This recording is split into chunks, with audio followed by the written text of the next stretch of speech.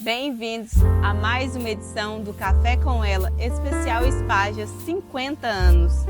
Hoje temos o prazer de receber Karina Testa, uma profissional exemplar no agronegócio. Karina é formada em Engenharia Florestal pela Universidade Federal de Goiás, Direito pela Universidade de Rio Verde e é pós-graduada em Direito do Agronegócio e Direito Ambiental. Atualmente está cursando mestrado em Direito do Agronegócio. Ela atua como advogada para produtores rurais, professora de graduação e coordenadora da FAEG Jovem Jataí. Vamos conhecer um pouco mais sobre a sua trajetória. Bem-vinda, Karina. Obrigada, Vânia. Fico muito feliz pelo convite. É um prazer estar aqui para contar um pouquinho da minha trajetória. E para começarmos, quem é você em um simples cafezinho do dia a dia? Bom, Karina é uma pessoa extrovertida, mas também uma pessoa de poucos amigos, porque gosto muito da minha casa, gosto muito do meu dia a dia, da minha rotina, gosto das pessoas que estão mais próximas de mim, muito família, e é isso, de um modo geral. Você é formada em Direito e Engenharia Florestal. O que te motivou a seguir esses dois caminhos e como uma profissão complementa a outra? Bom, lá em 2009 eu decidi fazer Engenharia Florestal. Minha turma foi a primeira turma da Universidade Federal de Goiás aqui, campus Jataí. E foi uma época, a gente acaba saindo do ensino médio muito jovem, eu entrei na faculdade muito jovem, me formei em 2012, 2013 e não me encaixei no mercado de trabalho a princípio, né? Lá naquela época a engenharia florestal ainda era um campo não muito difundido aqui na região, as questões ambientais ainda não estavam tão em referência, tão em voga como estão hoje. E aí eu decidi fazer Direito, que também foi uma opção que eu tive lá atrás, mas que eu não segui adiante naquele momento. E aí entrei no Direito e me encontrei, né? Desde o início do curso eu me imaginei sendo advogada, então comecei meu estágio durante a graduação, lá no segundo período do curso de Direito, já comecei meu estágio no escritório de advocacia, também trabalhei no fórum, no centro judiciário, então fui mediadora lá do Fórum de Rio Verde por muito tempo. E me encontrei realmente na advocacia. E aí, todo mundo fala, né, que quem bebe água de Jataí uma vez sempre volta, voltei para Jataí. Então, em 2019, retornei a Jataí. Foi até uma coisa muito, eu falo, dia a dia, contato que a gente faz com as pessoas faz a diferença, né? Então, uma colega do mestrado, a Michele, ela é casada hoje com o meu sócio, que é advogado, que é o Dr. Álvaro Santos, e a gente se encontrou novamente e teve essa oportunidade de eu voltar para Jataí para trabalhar na Álvaro Santos Advocacia. E aí surgiu, né, então, a junção dos meus dois cursos, né? Eu aproveitei a engenharia florestal, o meu conhecimento técnico da engenharia florestal e comecei a atuar especialmente com o direito ambiental para produtores rurais. E aí é isso que eu faço hoje, né? Estou completando meu 5º ano de advocacia. Graças a Deus eu tenho, assim, tido muitos resultados positivos nessa minha trajetória e para mim é uma imensa satisfação trabalhar para produtores rurais diante da importância que eles têm, seja na produção de alimentos, fibra, energia, enfim, principalmente para a nossa região, né, Vânia? E quais são os principais desafios que você encontra no direito do agronegócio? Vamos lá. A gente fala que a advocacia por si só é uma profissão um pouco machista. E aí a gente entra dentro do agronegócio, a gente também vê todo mundo falando que é uma profissão muito de homens, né? Eu nunca tive nenhum problema com isso, graças a Deus, mas a gente vê que às vezes ainda existe um pouco de resistência nesse quesito, nessa área. Mas isso está sendo quebrado. Eu falo, 10 anos atrás, quando eu me formei em engenharia florestal, eu tinha uma dificuldade de me inserir no mercado de trabalho, talvez por conta do machismo. Hoje eu já vejo que muita coisa mudou e eu tenho certeza que daqui para frente ainda muita coisa vai mudar. Então um dos desafios é estar dentro desse mercado que é tão masculino, mas também é uma satisfação ver que eu estou quebrando barreiras. No mesmo tempo em que eu tive alguma dificuldade lá atrás, hoje eu vejo que demonstrando a minha capacidade técnica, demonstrando meus estudos, demonstrando a minha competência na atuação, eu quebro diversas barreiras em relação a isso. Além de atuar no direito do agronegócio, você é coordenadora da FAEG Jovem. O que é a FAEG Jovem? Bom, a FAEG Jovem, ela é um braço, digamos assim, da FAEG, né, que é a Federação da Agricultura e Pecuária aqui do estado de Goiás. A gente também é um braço do Sindicato Rural daqui de Jataí. E a FAEG Jovem, ela tem 3 pilares principais, que é liderança, empreendedorismo e sucessão familiar. Então, aqui em Jataí nós temos um grupo de 9 pessoas atualmente, no qual eu sou a coordenadora, estou como coordenadora, entrei esse ano.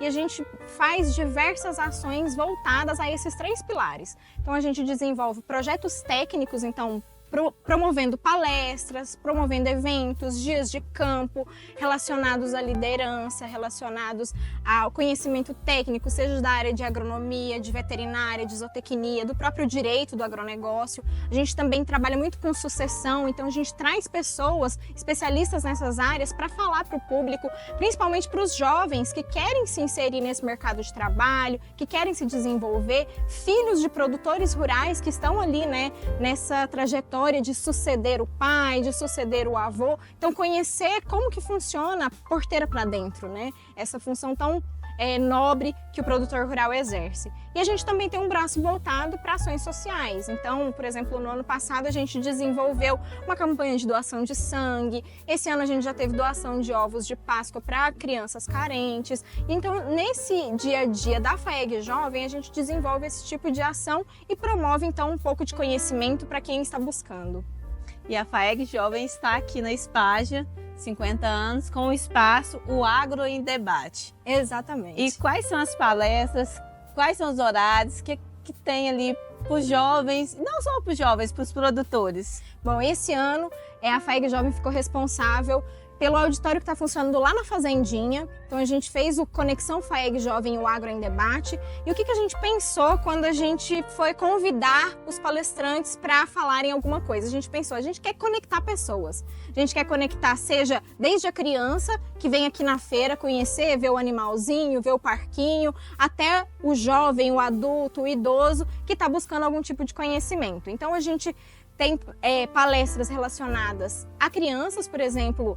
A gente tem um projeto Compassos da Denísia Garcia, que ele traz um filme interativo mostrando como que é o dia a dia dentro de uma fazenda, mostrando para essas crianças que aquele alimento que na mesa dela todos os dias no café da manhã, no almoço e no jantar, ele vem lá do campo. Então a gente tem esse projeto junto com a Denísia. A gente trouxe palestras tratando sobre mercado financeiro, sobre investimentos, com o apoio do pessoal do Sicredi, que também é apoiador aqui da Espaja. Então eles vêm trazendo essa palestra. A gente trouxe palestras também sobre nutrição animal, sobre confinamento para o pessoal da pecuária, vir aqui participar e conhecer. Também para o pessoal da agricultura. Hoje a gente teve uma palestra sobre sistemas integrados de produção, falando sobre ILPF, ILP, muita coisa bacana. E ainda tem coisa por vir. Então eu convido a todos que estiverem aqui na feira para irem lá na Fazendinha nos prestigiar. E os jovens que queiram participar da FAEG Jovem, o que eles precisam fazer? Bom, muito boa sua pergunta. O grupo, ele tem um número, né, de pessoas que participam, é até 20 integrantes, e aí a gente está com uma expectativa de abrir nos próximos dias um processo seletivo para novos jovens integrarem. O que o jovem que quer participar da FAEG Jovem precisa ter? Muito interesse, ser relacionado com o agro, seja filho de produtor, neto de produtor, estudante de agronomia, de zootecnia, de veterinária, de engenharia florestal, ter algum tipo de relação com o agro e está disposto a lutar para que o agro ele seja de fato elevado ao lugar onde ele merece, que é no topo. E na sua opinião, quais os maiores desafios e oportunidades que o agronegócio vai enfrentar nos próximos anos? Bom, o agronegócio é um desafio atrás do outro, né? Quando a gente fala principalmente de produção agrícola e produção pecuária, tem muitas coisas que não estão no controle do produtor rural. E a gente tem visto isso, né, nos últimos dias, especialmente em relação ao clima. A gente vê uma grande questão envolvendo mudanças climáticas, uma desestabilização de período chuvoso, de período de seca, e isso acaba atrapalhando o produtor rural, atrapalhando o pecuarista. Mas isso não está ao alcance dele, né? Controlar o clima. Então, o que o produtor rural ele precisa, que está ao alcance dele fazer? Primeiro, uma boa gestão dentro da fazenda dele. Ele precisa estar preparado para esses momentos de crise. Então, ele teve uma quebra de safra, mas como ele se preparou antes para quando chegou esse momento de quebra de safra? O que ele fez? O que ele se antecipou? estar bem assessorado por um advogado que entenda do agronegócio, que entenda do negócio dele, que saiba onde estão as dores dele, para que, surgindo um problema, ele saiba exatamente qual direcionamento ele tomar. E além disso, como advogada ambiental, eu coloco que o produtor ele precisa enxergar as oportunidades que o meio ambiente traz para ele. E aí hoje a gente tem muita discussão aí sobre o mercado voluntário de carbono. O produtor rural ele tem dentro do imóvel dele área de vegetação nativa preservada. Ele é obrigatório pelo Código Florestal proteger essas áreas. Então ele tem lá reserva legal, área de preservação permanente.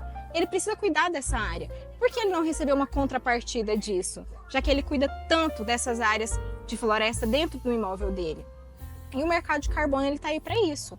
Então, fazer uma gestão disso, ter um consultor ambiental que consiga avaliar dentro do imóvel dele o que ele tem de ativos ambientais. Como que o imóvel dele pode melhorar ou se manter no quesito ambiental para então movimentar o mercado de carbono, gerar crédito de carbono dentro desse imóvel e comercializar nesse mercado voluntário e ganhar dinheiro por preservar o imóvel dele. E para finalizar, que conselho você daria aos jovens que querem seguir carreira no direito do agronegócio e no direito ambiental? Bom, o primeiro conselho que eu dou é, se você quer alguma coisa, vá atrás que você consegue. Sempre quando a gente luta por aquilo que a gente quer, a gente vai conseguir alcançar o patamar onde a gente desejar.